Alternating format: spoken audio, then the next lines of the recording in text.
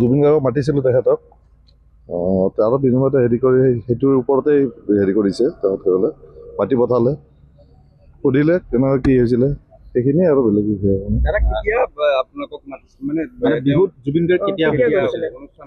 আমাৰ তাততো 23, 24, 25 3 বছৰ কন্দিন আছিলে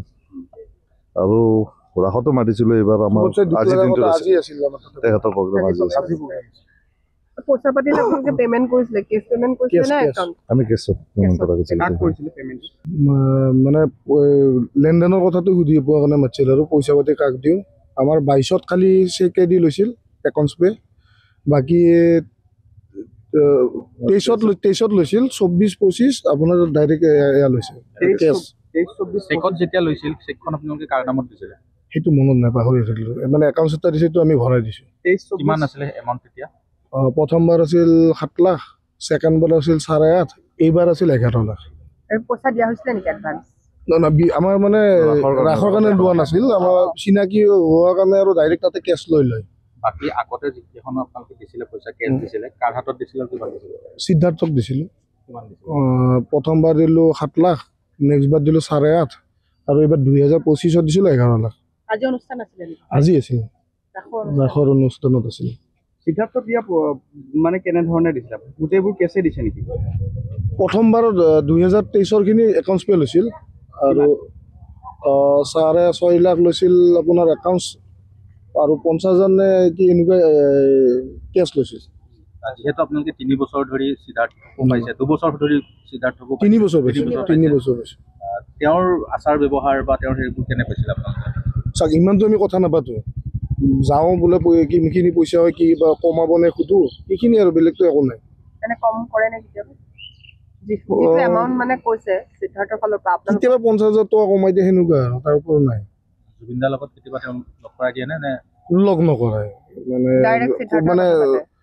কেতিয়াবা এনেকুৱা কওঁ বোলে দাদাক আজি লগ ধৰোঁ তেতিয়া আৰু কয় কি কাম আছে বুলি ক'লে আৰু আমি কি ক'ম আমিতো ধৰক যাব নোৱাৰোঁ বা সেয়া নহয় কিন্তু চবতছে বেয়া লগা কথাটো আজি তাৰমানে আছিল সেইকাৰণে বহুত কথা ক'ব মনো নাই আজি ৰাসত আছিল আৰু আমি ৰাস সেইকাৰণে 2 দিন কমাইও দিলোঁ দাদা লাষ্টত আছিল লাষ্টত নোপোৱাৰ কাৰণে সেয়াই আৰু দাদাক আগতে আপোনালোকে বুক কৰি থৈ দিছিল বুক কৰি থৈ দিছিল মুখেদি কথা কোৱা আছিল সেইকাৰণে মানে ভালো লগা নাই আৰু কথা ক'ব ইমান এটা মন নাই আজি আকৌ সেই দিনটোতে আজি মাতিলে জুবিন গাৰ্গক মাতিছিলোঁ তেখেতক তাৰ বিনিময়তে হেৰি কৰি সেইটোৰ ওপৰতেই হেৰি কৰিছে তেওঁলোকে মাতি পঠালে সুধিলে কেনেকুৱা কি হৈছিলে সেইখিনিয়ে আৰু বেলেগ বিষয়ে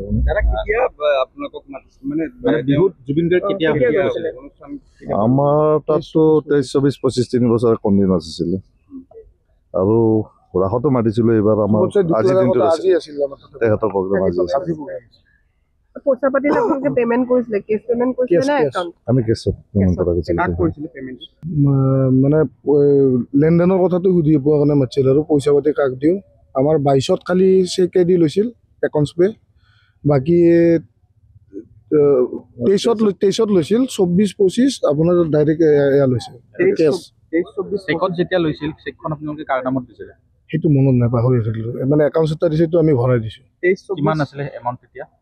প্ৰথমবাৰ আছিল 7 লাখ ছেকেণ্ডবাৰ আছিল 8.5 এইবাৰ আছিল 11 লাখ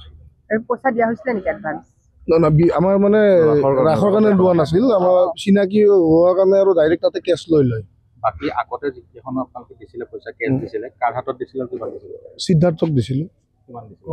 প্ৰথমবাৰ দিলোঁ 7 লাখ নেক্সটবাৰ দিলোঁ 8.5 আৰু এইবাৰ 2025ত দিছিলোঁ 11 লাখ আজি অনুষ্ঠান আছিলে নেকি আজি আছিল ৰাসৰ অনুষ্ঠানত আছিল সিদ্ধাৰ্থক দিয়া মানে কেনেধৰণে দিছিলে গোটেইবোৰ কেছে দিছে নেকি প্ৰথমবাৰত 2023ৰ খিনি একাউণ্টছ পে লৈছিল আৰু 6.5 লাখ লৈছিল আপোনাৰ একাউণ্টছ আৰু 50,000 কি এনেকুৱা কেছ লৈছিল যিহেতু আপোনালোকে 3 বছৰ ধৰি সিদ্ধাৰ্থক পাইছে 2 বছৰ ধৰি সিদ্ধাৰ্থকো 3 বছৰ পাইছে 3 বছৰ পাইছে তেওঁৰ আচাৰ ব্যৱহাৰ বা তেওঁৰ সেইবোৰ কেনে পাইছিল আপোনালোকে চাওক ইমানটো আমি কথা নাপাতো যাওঁ বোলে কিমানখিনি পইচা হয় কি বা কমাব নে সুধো এইখিনি আৰু বেলেগটো একো নাই মানে কম কৰে নে কেতিয়াবা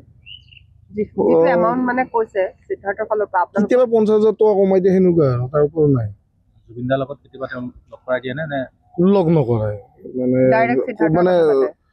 কেতিয়াবা এনেকুৱা কওঁ বোলে দাদাক আজি লগ ধৰোঁ তেতিয়া আৰু কয় কি কাম আছে বুলি ক'লে আৰু আমি কি ক'ম আমিতো ধৰক যাব নোৱাৰোঁ বা সেয়া নহয় কিন্তু চবতছে বেয়া লগা কথাটো আজি তাৰমানে আছিল, সেইকাৰণে বহুত কথা ক'ব মনো নাই। আজি ৰাসত আছিল আৰু আমি ৰাস সেইকাৰণে দুদিন কমাইও দিলোঁ। দাদা লাষ্টত আছিল, লাষ্টত নোপোৱা কাৰণে সেয়াই আৰু দাদাক আগতে আপোনালোকে বুক কৰি থৈ দিছিল। বুক কৰি থৈ দিলে, মুখেদি কথা কোৱা আছিল, সেইকাৰণে মানে ভালো লগা নাই আৰু কথা ক'ব ইমান এটা মন নাই। আজি আকৌ সেই দিনটোতে আজি মাতিলে।